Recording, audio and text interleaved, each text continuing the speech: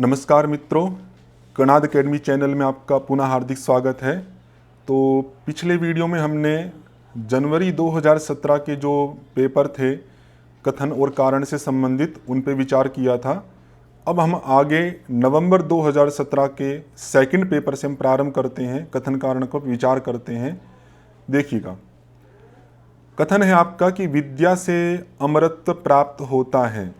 ठीक है, बिल्कुल सही बात है। उपनिषद की, ईशावासी उपनिषद की पंक्ति है आपकी, विद्यामृतमश्नुते, उसी का हिंदी अनुवाद इन्होंने डाला है कि विद्या से अमृतत्व की प्राप्ति होती है। तर्क इन्होंने दिया, पंक्ति पहले देखते हैं हम, कि तत्व ज्ञान मोक्ष प्राप्ति का साधन है। ये पंक्ति बिल्कुल ठीक लग रही है कि ज्ञानात् मोक्षः या ज्ञानात् मुक्ति, ज्ञान से मोक्ष प्राप्ति प्राप्त होती है। अब हमें ये देखना है कि ये दूसरी पंक्ति पहली पंक्ति का कारण बन सकती है या नहीं। तो अब हमें देखिए कि इन्होंने पहले में कहा था कि विद्या से अमरत्व प्राप्त होता है। तो विद्या को हम ज्ञान कह सकते हैं, और ज्ञान भी यहाँ पे गलत ज्ञान तो होगा नहीं। जो सही ज्ञान है उसको ही हम ज्ञान कहेंगे। तो सही ज्ञान मतलब तत्व ज्ञान। तुम विद्या कह दे या तत्व ज्ञान कह दे, लगभग एक ही बात है। एक पार्ट हो गया। फिर उन्होंने कहा कि विद्या से अमरत्व की प्राप्ति होती है। तो अमरत्व कह दीजिए आप उसको, या स्वर्ग कह दीजिए, मोक्ष कह दीजिए, कैवल्य कह दीजिए, लगभग एक प्रकार के ही पर्यायवाची हैं। तो यहाँ पे अमरत्व कहो या मोक्ष कहो, एक ही बात है।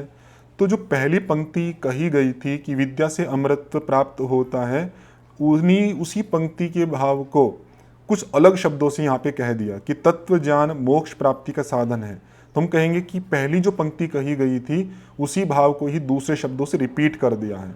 तो अगर सेम की सेम बात कही गई है तो वो तो कारण नहीं बन सकती। कारण में तो आपको क्या है, आपको ये बताना पड़ता कि विद्या से अमरत्व क्यों प्राप्त होता है। तो उसमें कुछ ऐसी चीज़ें आती कि विद्या से आपके क्लेश नष्ट होते हैं, आपका अज्ञान नष्ट होता है, अज्ञान नष्ट होने से आपका प्रकृति से संयोग हटेगा, कुछ इस तरह की बात होती तो कारणत्व आपका बन सकता था। लेकिन यहाँ पे तो जो पंक्ति पहले कही थी उसी पंक्ति को रिपीट कर दिया है आपका, इसलिए यहाँ पे कारण नहीं बनेगा। तो हम यही कहेंगे कि दूसरा ऑप्शन ठीक है, कि दोनों स्वतंत्र रूप से सही है लेकिन व्याख्या आपकी नहीं बनेगी। तो इस तरह की पंक्ति थोड़ा ध्यानपूर्वक देखना पड़ता है। ध्यानपूर्वक हम ऐसे देखें कि विद्या से अमरत्व प्राप्त होता है, क्यों? तो क्यों? तत्व ज्ञान मोक्ष प्राप्ति का साधन है। तो वो तो वही पंक्ति थी, आपने उसी को दोबारा कह दिया। तो थोड़ा कठिन तो है समझने की दृष्टि से। तो अब समय लगाएंगे, शब्दों के साथ में थोड़ा परिचय प्राप्त करेंगे तो उतना कठिन भी नहीं है, आप उसको समझ पाएंगे। अगला देखिएगा, योगाभ्यास के लिए मिताहार अनिवार्य है। बिल्कुल सही बात है। लगभग सभी हठ योग ग्रंथों में मिताहार को अनिवार्य उपाय के लिए कहा गया है कि बिना मिताहार के, बिना परिमित आहार के योगाभ्यास संभव नहीं है। पंक्ति ठीक हो गई। दूसरी पंक्ति आपकी है कि मधुर तथा स्निग्ध भोजन करना एवं 1/4 पेट को खाली रखना मिताहार की विशेषताएं हैं। तो इन्होंने मिताहार को डिफाइन किया। यहाँ पे मिताहार क्या है? मधुर भोजन हो, स्निग्ध भोजन हो, और 1/4 पेट को खाली रखकर 3/4 खाना मिताहार है। बिल्कुल सही बात है पंक्ति भी। अब हमें ये देखना है कि इसकी सही व्याख्या है नहीं है। तो व्याख्या में वही है क्यों और कैसे वाला पार्ट। उन्होंने कहा कि योगाभ्यास के लिए मिताहार अनिवार्य है। कैसे अनिवार्य है?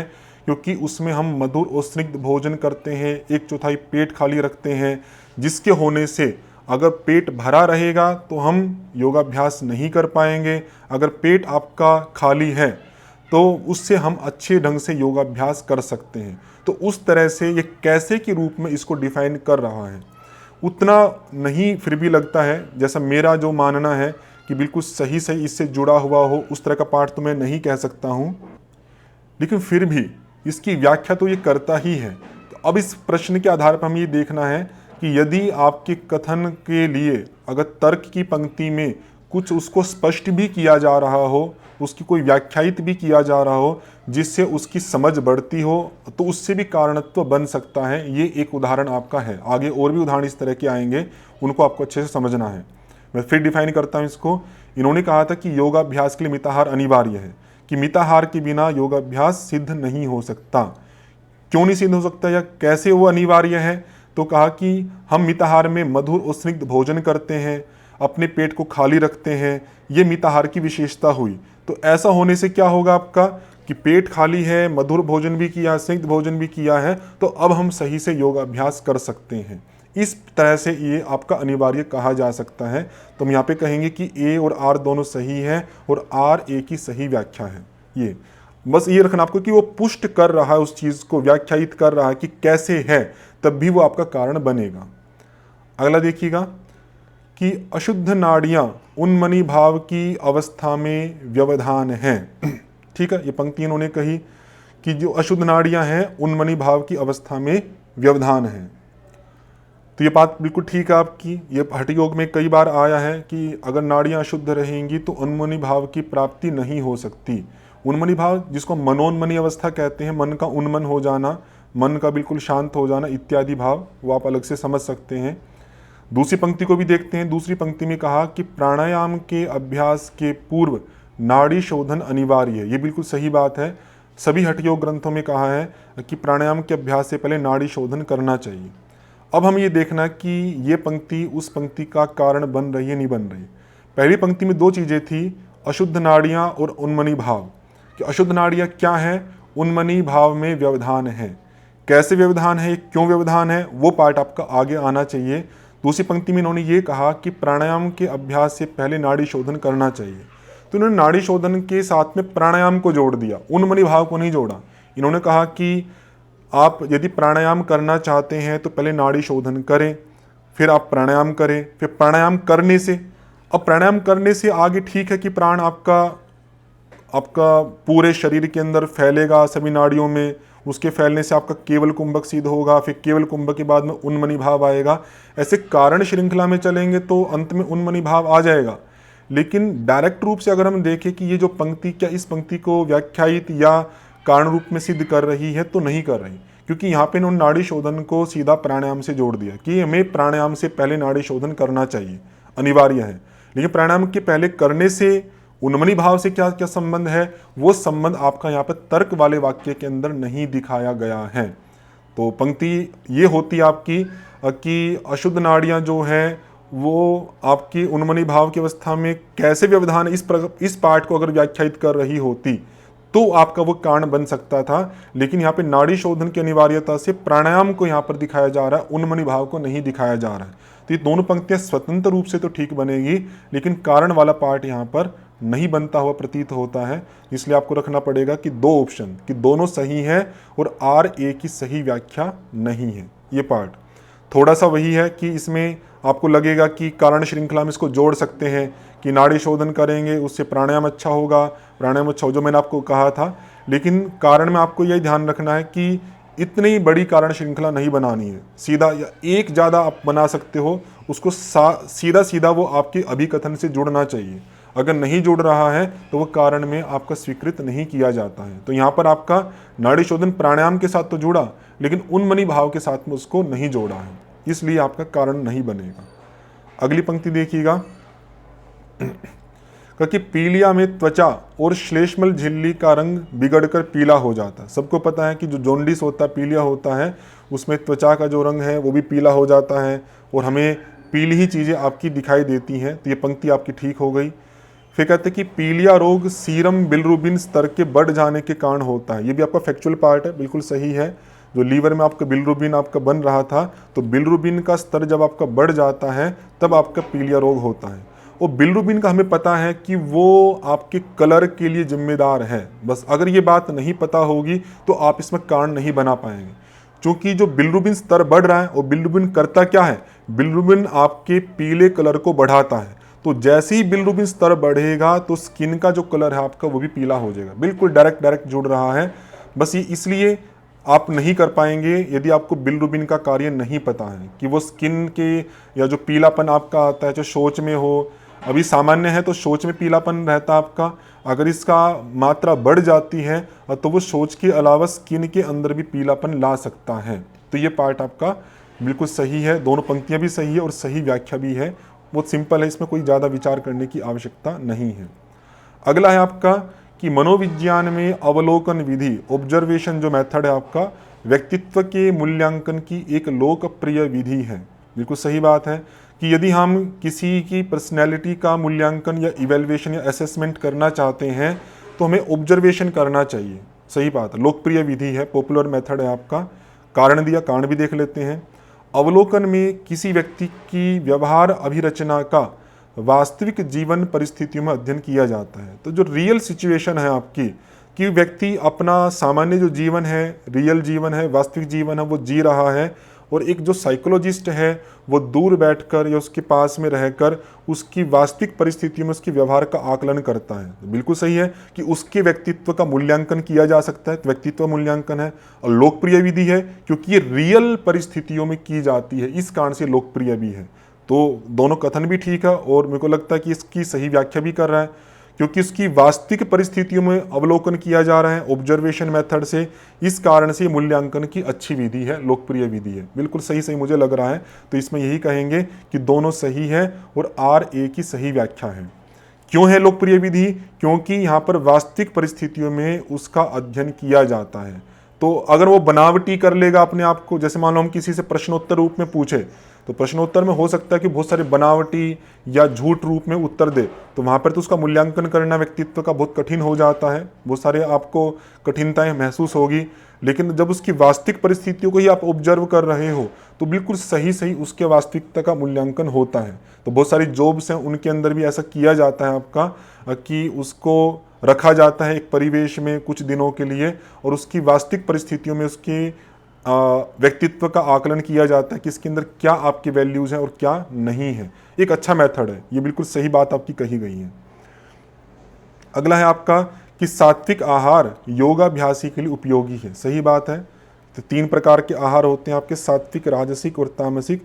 तो योगाभ्यास यदि हमें करना है तो हमें सात्विक आहार लेना चाहिए। पहली पंक्ति ठीक हो गई। दूसरी पंक्ति देखते हैं कि योगाभ्यासी को अम्लीय, लवणीय, बासी और अशुद्ध आहार का सेवन नहीं करना चाहिए। तो यहाँ पे राजसिक और तामसिक आहार के कुछ लक्षण दिए हैं उन्होंने। तो ये कुछ सही बात कही है कि योगाभ्यासी को राजसिक और तामसिक आहार का सेवन नहीं करना चाहिए। तो दोनों पंक्ति स्वतंत्र ठीक है। अब हम कारण देखते हैं कि सात्विक आहार उपयोगी है योगाभ्यास के लिए। कैसे उपयोगी है, क्यों उपयोगी है? तो मुझे नहीं लगता कि अगली पंक्ति कैसे या क्यों का उत्तर दे रही है। दोनों स्वतंत्र पंक्ति है। पहले में कहा कि सात्विक आहार अच्छा है, दूसरे में कहा कि राजसिक आहार या तामसिक आहार नहीं लेना चाहिए। शॉर्ट में कर देते हैं। शॉर्ट करने पर पंक्ति में समझना सरल हो जाता है।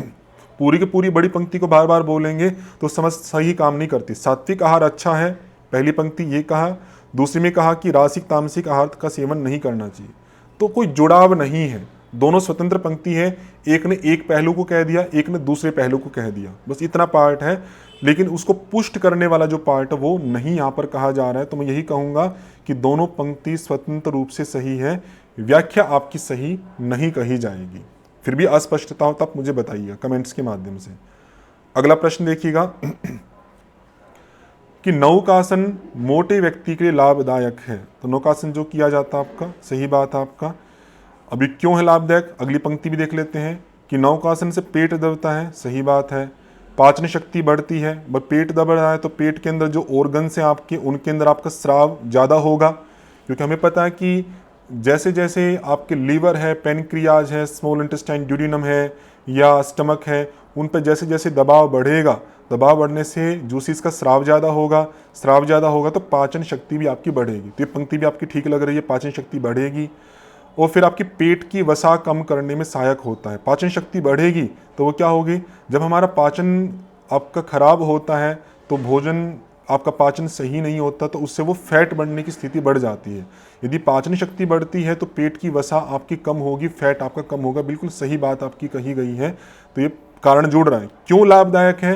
क्योंकि उससे पेट दबेगा, उससे क्या होगा, पाचन शक्ति बढ़ेगी, और उससे क्या होगा आपका कि जो आपका फैट बढ़ा हुआ पेट पर वो आपका कम होगा। इस दृष्टि से हम देखेंगे ये सही बताया जा रहा, और व्याख्या भी आपकी बिल्कुल सही है। ये क्यों का उत्तर दे रहा, क्यों लाभदायक है, वो क्यों वाला पार्ट इन्होंने तर्क वाली पंक्ति में व्याख्यायित किया है। अगला प्रश्न देखिएगा प्रसंस्कृत मांस के सेवन से कैंसर होता है। जो प्रोसेस्ड आपका मांस होता है उसके लिए कहा कैंसर होता है। ये फैक्ट आपको ध्यान रहना चाहिए, ये सही बात है कि जो आपका प्रोसेस्ड मीट होता है उसके सेवन करने से कैंसर हो सकता है, वो कार्सिनोजेनिक होता है आपका। तर्क देखते हैं क्या है, कहा कि वैज्ञानिक अध्ययन से प्राप्त साक्ष्य के अनुसार, मतलब साइंटिफिक जो रिसर्च है उसके आधार पे कहा जा रहा है कि प्रसंस्कृत मांस के सेवन और कोलोरेक्टल कैंसर होने के बीच सीधा संबंध है। बिल्कुल सही बताया। इन्होंने कहा कि दो वेरिएबल्स लिए इन्होंने, एक तो प्रसंस्कृत मांस का सेवन और दूसरा कोलोरेक्टल, कोलोन और रेक्टन से संबंधित एक कैंसर है आपका कोलोरेक्टल। तो उन दोनों के बीच में एक सीधा संबंध है जो वैज्ञानिक रिसर्च से पता लगा है। तो सही कहा। फिर आपका जो कथन था बिल्कुल पुष्ट हो गया आपका सही, कि क्योंकि कारण में कहा था कि प्रसंस्कृत मांस के सेवन करने से कोलोरेक्टल कैंसर हुआ, ऐसा वैज्ञानिक शोध से प्रमाणित किया गया। तो प्रमाणित किया गया, इससे सीधा सीधा पता लग गया आपका अभिकथन के रूप में कि प्रसंस्कृत मांस के सेवन से कैंसर होता है। बिल्कुल सीधा सीधा है। ठीक है, अगला पंक्ति भी देखिएगा कि ध्यान तनाव जनित माइग्रेन दूर करने में सहायक होता है। सही बात है। अब यहाँ पे एक पार्ट मैं फोकस करना चाहूँगा आपको कि तनाव जनित, ये पार्ट आपको फोकस करना है। स्ट्रेस के कारण यदि माइग्रेन है, यदि और किसी कारण से माइग्रेन है तो ध्यान आपका वहाँ पर उपयोगी नहीं रहेगा। लेकिन अगर तनाव के कारण से, और हमें पहले भी प्रश्न देखा था कि ध्यान जो है वो तनाव को दूर करता है, तो ध्यान जब तनाव को दूर करेगा तो तनाव के कारण से उत्पन्न होने वाली जो भी डिजीज़ हैं, आपके डिसऑर्डर्स हैं, उनको भी दूर करेगा। तो इसलिए यहाँ पे तनाव वाला पार्ट बहुत मुख्य है। अगर तनाव वाला नहीं होता तो ये पंक्ति शायद गलत भी हो सकती थी। तो ध्यान तनाव जनित माइग्रेन को दूर करेगा। कैसे करेगा, ये क्यों करेगा, पंक्ति देख लेते हैं कि ध्यान के अभ्यास से कोर्टिसोल के स्राव में कमी आती है। देखो यहाँ पे ठीक लिखा है। वहाँ पे एक पंक्ति हमने पहले देखी थी ना कथन कारण की, वहाँ पे क्या लिखा था आपका कि कोर्टिसोल के स्राव को बढ़ाता है, इसलिए पंक्ति गलत हो गई थी। यहाँ पे सही लिखा है कि ध्यान के अभ्यास से क्या है, आपका पैरासिम्पैथेटिक जो सिस्टम है वो काम करता है। पैरासिम्पैथेटिक डिवीजन जो है वो, पैरासिम्पैथेटिक डिवीजन मतलब क्या है, रेस्ट एंड डाइजेस्ट। उसमें आपके स्ट्रेस हार्मोन्स का स्राव नहीं होता है। और जो सिंपैथेटिक डिवीजन है आपका, स्ट्रेस की स्थिति में जो काम करता है, उसमें आपके स्ट्रेस हार्मोन्स का काफ़ी मात्रा में स्राव होता है। तो यही पार्ट आपको ध्यान रखना है कि ध्यान से पैरासिम्पैथेटिक सिस्टम एक्टिवेट होगा, जिससे कोर्टिसोल के स्राव में कमी आएगी, उससे स्ट्रेस कम होगा, तनाव कम होगा, मन को विश्रांति आएगी। इस प्रकार से माइग्रेन भी आपका दूर हो जाएगा। बिल्कुल सही सही व्याख्या इन्होंने क्रमशः बता दी है। तो दोनों सही है और सही व्याख्या भी है, ऐसा कहा जा सकता है। अगला प्रश्न देखिएगा।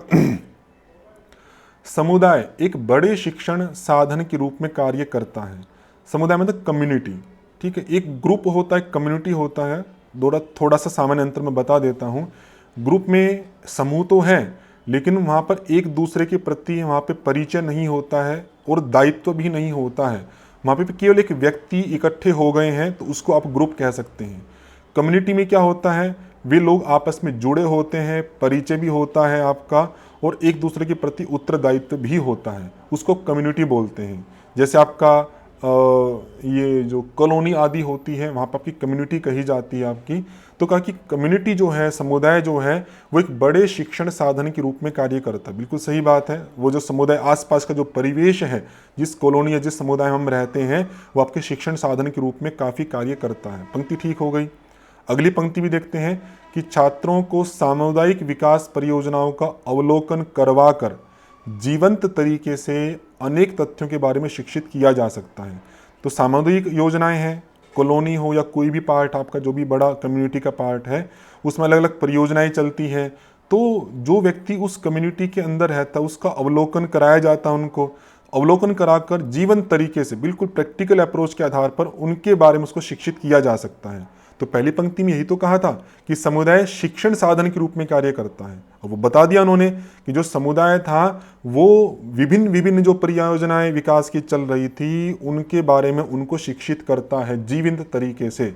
तो पहली पंक्ति को बिल्कुल स्पष्ट कर दिया उन्होंने। तो हम कहेंगे कि दोनों की दोनों सही है और सही व्याख्या भी है, क्योंकि शिक्षण करता है, कैसे करता है वो कैसे वाला पार्ट उन्होंने बना दिया कि वो जो परियोजनाएं चलती हैं उन परियोजनाओं का वो अवलोकन कराता है, उनको अवलोकन होने से उनको वो शिक्षित करता है। ये कैसे वाला उत्तर आपका हो जाएगा। तो ये आपके थर्ड पेपर से संबंधित आपके उत्तर थे जो हमने देखे, प्रश्न उत्तर। अब देखिए आपका दूसरे वाला जो पार्ट था आपका, तो दूसरे में ये पहला आपका प्रश्न है कि क्रिया योग से क्लेश की निवृत्ति होती है जिससे समाधि की प्राप्ति होती है। बिल्कुल सही बात है। तो आपका जो साधन पाद का दूसरा सूत्र है आपका कि समाधि भावनार्थ क्लेश तनुकरणार्थश्च, कि क्रिया योग जो है वो क्लेशों को तनु करेगा, क्षीण करेगा, उनको हटाएगा और जिससे समाधि की प्राप्ति होगी। पंक्ति ठीक हो गई। अब आगे उन्होंने कहा कि तप, स्वाध्याय और ईश्वर प्रणिधान, इन तीनों को क्रिया योग बोलते हैं, पता ही आपको। समाधि प्राप्ति हेतु क्रिया योग के शक्तिशाली साधन है। पंक्ति ठीक है, ये बिल्कुल क्रिया योग के शक्तिशाली साधन है। किसके लिए हैं ये? कि समाधि प्राप्ति के लिए। अब हम देखते हैं कारण बन रहा नहीं बन रहा। तो कारण के लिए हमें यह तो क्यों या कैसे, तो क्यों वाला तो पार्ट नहीं है, कैसे कैसे है। इन्होंने पंक्ति कही थी कि इनसे क्लेश की निवृत्ति और समाधि की प्राप्ति होती है। कैसे होती है? क्योंकि तीनों के तीनों समाधि की प्राप्ति में शक्तिशाली साधन है। तो चूंकि ये शक्तिशाली साधन है, वो शक्ति क्या है क्या नहीं वो डिफाइन नहीं किया यहाँ पर, लेकिन उन सारे ही भावों को इन्होंने शक्तिशाली शब्द से कह दिया। अगर ये केवल इतना मात्र कहते हैं यहाँ पर कि तप, स्वाध्याय और ईश्वर प्रणिधान इनको क्रिया योग कहा जाता है, तो वो पहली पंक्ति का कारण नहीं बनता। लेकिन इन्होंने कहा कि तीनों के तीनों, अगर ये भी कह देते कि तीनों समाधि की प्राप्ति में साधन है, तब भी नहीं बनता। वो पंक्ति पहले ही कह चुके हैं ये कि ये तीनों समाधि की प्राप्ति कराते हैं, क्रिया योग समाधि की प्राप्ति कराते हो, तो रिपीट हो जाती। लेकिन जो शक्तिशाली पार्ट कहा है, यही पार्ट है जो पहली पंक्ति को अब यहाँ पर कारण के रूप में जोड़ रहा है कि तप, स्वाध्याय और ईश्वर प्रणिधान ये तीनों उस समाधि प्राप्ति के लिए शक्तिशाली साधन है। मतलब इनके अंदर वो सामर्थ्य है कि शक्ति मतलब क्या है? वो एक सामर्थ्य है जो उसको प्राप्त करा सकते हैं, यही शक्ति है। तो चूंकि शक्तिशाली साधन है, तो इससे क्या होगा? सीधी सीधी बात है कि समाधि की प्राप्ति हो जाएगी। बिल्कुल सही पार्ट आपका जुड़ता है, तो हम कहेंगे कि दोनों सही भी है और उसकी सही व्याख्या भी है। आपको ये बार बार सुनना पड़ेगा, ये जो भी वीडियोस बन रहे हैं, तो उससे आपकी समझ अच्छी बनेगी और आप लगभग सारे क्वेश्चन ठीक कर पाएंगे। अगला देखते हैं, कहा कि बंध योग के शक्तिशाली साधन है। ये भी ठीक बात है। जो भी हम बंध लगाते हैं, मुख्यतः हम 3 बंध यूज करते हैं, मूल बंध, उड्डयन बंध, जालंधर बंध। तो ये योग में भी विशेषतया ये प्राणायाम के, सारी मुद्राओं के, प्राणायाम के शक्तिशाली साधन है। अपने आप में मुद्रा है, लेकिन प्राणायाम के शक्तिशाली साधन है। अब अगली पंक्ति देखते हैं कि प्राणायाम के अभ्यास के साथ बंध का उपयोग आनंद की प्राप्ति के लिए किया जाता है। तो आनंद की मतलब यहाँ पे कोई बहुत लौकिक स्वरूप नहीं, आनंद मतलब एक आंतरिक जो आनंद है उसकी दृष्टि से कहा जा रहा है यहाँ पे। तो ये पाठ सही है कि जो बंधों का प्रयोग है वो प्राणायाम के साथ किया जाता है। और ये भी कहा जाता है हठ योग के ग्रंथों में, यदि प्राणायाम के साथ में बंध का उपयोग किया जाता है तो उससे प्राणायाम का सामर्थ्य बढ़ जाता है, उसका लाभ और उससे प्राप्त होने वाला जो आनंद है वो आनंद भी बढ़ जाता है। इसे पंक्ति भी बिल्कुल ठीक लगती है आपकी कि प्राणायाम के साथ में बंध का उपयोग करेंगे तो उससे आनंद की प्राप्ति बढ़ेगी, आनंद आएगा। अब हम देखते हैं कथन कांड बनता है नहीं बनता है। पहली पंक्ति में कहा था कि बंध योग के शक्तिशाली साधन, तो बंध क्या है? शक्तिशाली साधन है। तो शक्ति क्या है? तो शक्ति मतलब ये हमें आनंद प्राप्त करा रहे हैं, यही इनकी शक्ति है। शक्ति ऐसी कोई नहीं कि अणिमा, महिमा, गरिमा इत्यादि जो पार्ट हो, वो भी एक पार्ट हो सकता है किसी विशेष परिस्थिति में। लेकिन यहाँ पे शक्ति क्या बताई कि हमें जो आनंद की प्राप्ति हो रही है, यही यहाँ पे शक्ति के रूप में देख सकते हैं कि इन बंधों के उपयोग से हमें आनंद की प्राप्ति होती है। चूंकि इनसे आनंद प्राप्त किया जा रहा है, इस कारण से जो बंध है वह योग के शक्तिशाली साधन कहे जा सकते हैं। तो ये पार्ट आपका ठीक ठीक जुड़ रहा है आपका। तो दोनों सही भी हैं और सही व्याख्या भी है, इस तरह से आप देख सकते हैं। अगला क्वेश्चन देखिए, खनिज मतलब मिनरल्स, जो विटामिन्स और मिनरल्स है। तो मिनरल्स आप देखिए सूक्ष्म पोषक तत्व है, मतलब माइक्रो न्यूट्रिएंट्स हैं। ये पंक्ति इन्होंने कही, पंक्ति बिल्कुल ठीक है कि विटामिन्स और मिनरल्स जो होते हैं आपके, ये माइक्रो न्यूट्रिएंट्स, एक मैक्रो होते हैं एक माइक्रो होते हैं। तो 2 हैं, ये माइक्रो हैं। इन 2 के अलावा जितने भी आपको, वे सब आपके मैक्रो कहे जाते हैं। अगली पंक्ति भी देखते हैं, खनिज पोषाहार के लिए आवश्यक है। सही बात है, वो आपके अच्छे पोषक तत्व हैं, यद्यपि उनकी आवश्यकता कम मात्रा में होती, ये भी बात ठीक है। अब हमें देखते हैं कि इस पंक्ति को ये कारण रूप में जोड़ रहा है नहीं जोड़ रहा है, तो क्यों और कैसे, ये पार्ट है। तो खनिज सूक्ष्म पोषक तत्व है, कैसे है? तो कैसे का उत्तर इन्होंने दिया यहाँ पे। तो पहले पोषक तत्व है, कैसे है या क्यों है, आप देख सकते हैं क्योंकि हमारे पोषाहार के लिए आवश्यक है, क्योंकि हमारे पोषण के लिए आवश्यक है, इस कारण से ये पोषक तत्व है, पहला पार्ट हो गया। ये सूक्ष्म है, मतलब क्यों है? क्योंकि इनकी आवश्यकता कम मात्रा में होती है, ये भी उत्तर आ गया आपका। तो दोनों का उत्तर दे दिए, पोषक तत्व है वो भी बता दिए क्यों है, कैसे है। सूक्ष्म मतलब क्यों है ये सूक्ष्म? क्योंकि इनकी कम मात्रा में आवश्यकता होती है। तो ये दोनों ही पार्ट को डिफाइन किया जा रहा है यहाँ पे, तो सही सही कहा जा सकता है कि दोनों सही भी है और सही व्याख्या भी है। तो बी ऑप्शन आपका जो है यहाँ पर ठीक हो जाएगा कि ए और आर दोनों सही है, लेकिन आर ए की सही व्याख्या है। ठीक है, कोई अस्पष्टता हो तो बताइएगा। अगला प्रश्न देखते हैं, अंतराय योग साधना में बाधक है। बिल्कुल सही बात है, योग दर्शन के अनुसार कहा जा रहा है कि जो आपके 9 अंतराय हैं या आपके 5 उपविक्षेप है वे सब आपके साधना में बाधक है। ठीक है, फिर कहा कि दुख दौर मनस्य अंग में जयत्व श्वास और प्रश्वास चित्त को भटकाते हैं।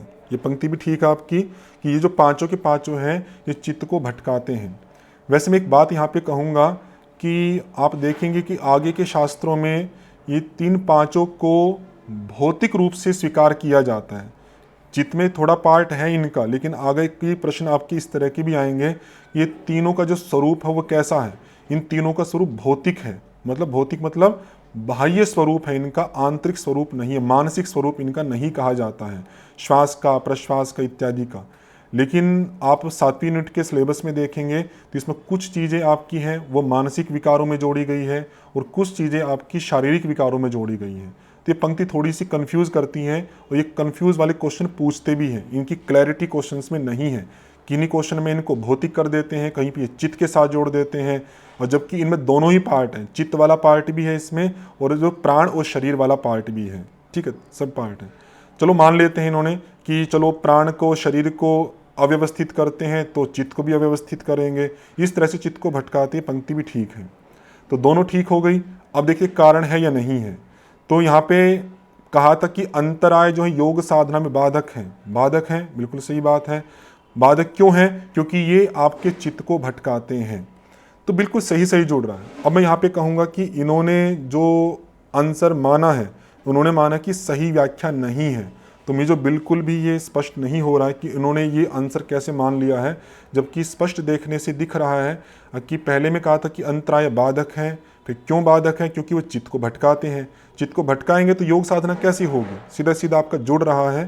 तो हो सकता है कि कोई पार्ट ऐसा है जिसको मैं ना समझ पा रहा हूँ, जिसके कारण से उन्होंने दूसरा आंसर सही किया है।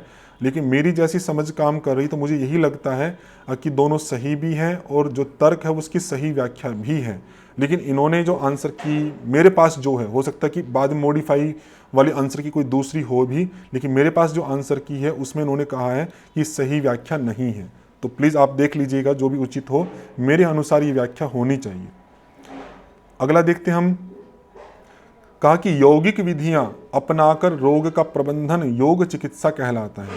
कि यौगिक विधियां के माध्यम से जब हम रोगों का प्रबंधन करते हैं उसको हम क्या कहते हैं? योग चिकित्सा कहते हैं। थोड़ा पंक्ति को व्याख्यायित कर लिया, बिल्कुल सही बात है। चिकित्सा मतलब रोगों को प्रबंधन करना, लेकिन जो योग की विधियों के द्वारा रोग का प्रबंधन कर रहे हैं इसलिए उसको योग चिकित्सा कहेंगे, सही बात होगी।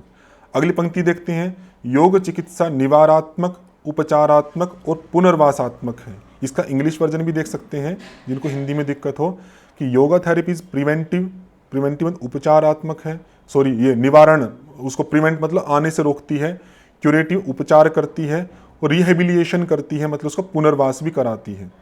ठीक है, 3 चीज़ें। तो ये भी पार्ट ठीक है कि योग चिकित्सा हमें ऐसा नहीं है कि रोग आने के बाद ही हम उसको करें। हम यदि योग पार्ट कर रहे हैं, योग कर रहे हैं, तो बहुत सारे रोग हमें आएंगे ही नहीं, निवारण हो जाएगा। आ गए हैं तो उनको उपचार हो जाएगा, और जो कमियां हमारे अंदर आ गई है उनको दोबारा से रिहेबिलिएशन भी हो जाएगा, उनको दोबारा से पुनर्वास करा दिया जाएगा। तो ये पार्ट भी आपका ठीक है। अब हम देखते हैं कि दोनों में कथन कारण संबंध है या नहीं है। अब देखिए क्यों और कैसे का उत्तर हमें देखेंगे कि यौगिक विधि अपनाकर रोग का प्रबंधन योग चिकित्सा कहलाता है। तो योग के माध्यम से रोगों का प्रबंधन योग चिकित्सा, शॉर्ट में करते हैं, योग के माध्यम से रोगों का प्रबंधन योग चिकित्सा है। कैसे योग चिकित्सा? क्योंकि हम योग के द्वारा हम रोगों का निवारण करते हैं, योग के द्वारा रोगों का उपचार करते हैं और पुनर्वास करते हैं। ये सारा प्रबंधन किया जा रहा है। ये तीनों चीजें प्रबंधन को ही तो बता रही है। रोगों का प्रबंधन मतलब रोग का निवारण, उपचार और पुनर्वास, यही रोग का प्रबंधन है। ये किसके द्वारा किया? योग के द्वारा। वही पार्ट आपका कि जो पहली पंक्ति कही थी उसी को इन्होंने व्याख्यायित कर दिया, क्योंकि योग के द्वारा रोग प्रबंधन योग चिकित्सा है। क्योंकि कैसे है? क्योंकि इसमें हम निवारण भी करते हैं रोगों का, उपचार भी करते हैं और पुनर्वास भी करते हैं। तो ये कैसे की व्याख्या इन्होंने यहाँ पर दे दी है, इस तरह से आपका पार्ट जुड़ रहा है, बिल्कुल सही सही जुड़ रहा है आपका। तो कहेंगे दोनों सही भी है और रीजन आपकी असर्शन की सही व्याख्या भी है। अगला देखते हैं क्योंकि ताड़ासन से बच्चों की लंबाई बढ़ती है, बिल्कुल प्रसिद्ध बात है। ताड़ासन हम करते हैं तो उससे बच्चों की लंबाई बढ़ती है। अगली पंक्ति देखते हैं कि ताड़ासन से पेशियां, अस्थिबंध और पूरे मेरुदंड में खिंचाव आता है। हड्डियों में भी खिंचाव आता है, आपका जो उसके जोड़ हैं, जो मसल्स हैं, उनमें भी खिंचाव आता है। और जो मेरुदंड है आपकी जो स्पाइन है उसमें खिंचाव आता है, सही बात है, जो लंबाई बढ़ाने में सहायक होता है। आपको सही पता लग गया कि पंक्ति दोनों सही है और सही व्याख्या भी कर रहा है, क्योंकि इन्होंने कहा था कि ताड़ासन से लंबाई बढ़ती है। क्यों बढ़ती है, पार्ट बता दिया कि पेशियों में, अस्थिबंधों में और स्पाइन में खिंचाव आएगा तो लंबाई बढ़ेगी। इस प्रकार से पार्ट आपका सही सही जुड़ रहा है, कोई दिक्कत नहीं है इसमें। अगला है आपका कि यौगिक अभ्यास का उत्तम समय ब्रह्म मुहूर्त, बिल्कुल प्रसिद्ध है, पंक्ति ठीक हो गई कि ब्रह्म मुहूर्त का जो समय है वो उत्तम समय कहा जाता है यौगिक अभ्यास के लिए। क्यों कहा जाता है वो देखते हैं, पंक्ति ठीक है या नहीं। कि ब्रह्म मुहूर्त के समय वातावरण शुद्ध और शांत रहता है, बिल्कुल सही बात है, तथा चेतना के स्तर पर मन पर कोई गहरी छाप नहीं होती, ये भी पंक्ति ठीक है। अब इस पंक्ति थोड़ा सा हम समझ लेते हैं कि जब हम सोकर उठते हैं और एक हम शाम की स्थिति होती है या कुछ देर के बाद की स्थिति होती है, दोपहर इत्यादि की, तो उस समय हमारे मन में बहुत सारे विचार आ चुके होते हैं, तो चेतना के स्तर पर मन के एक छाप बनी रहती है। तो जब हम ध्यान में बैठेंगे, यौगिक अभ्यास करेंगे, तो वो विचार लगातार आपके चलते रहते हैं। तो हमें चाहिए कि मन हमारा शांत हो। तो सुबह का जो समय है जब हम ब्रह्म मुहूर्त में उठते हैं तो वातावरण भी शांत है, शुद्ध भी है, तो यौगिक अभ्यास है तो अच्छे से किए जा सकते हैं। और मन के स्तर पर भी कोई आपका गहरी छाप नहीं होती, मन लगभग शांत रहता है, इसलिए भी ये उत्तम समय कहा जाता है। ये पार्ट है, इसलिए कहा जाता है कि ये सात्विक समय कहा जाता है। तो मन में भी सात्विकता होती है और सात्विकता होने के कारण ही मन में विचारों का कोई उद्वेग या चंचलता वाला पार्ट ज़्यादातर नहीं होता है। तो इसलिए बिल्कुल सही व्याख्या कर रहा है कि क्यों उत्तम है, ये उत्तम वाला पार्ट इन्होंने बताया। पहला पार्ट तो बताया वातावरण की दृष्टि से कि शुद्ध और शांत रहता है, दूसरा बताया चेतना के स्तर के ऊपर कि मन पे कोई गहरी छाप आपकी नहीं होती है। तो दोनों सही है और सही व्याख्या भी है। अगर देखिए बस इतने ही प्रश्न आपके इसमें दिए गए हैं। तो ये हमने 2017 का पूरा कर लिया, जनवरी वाला भी और नवंबर वाला भी।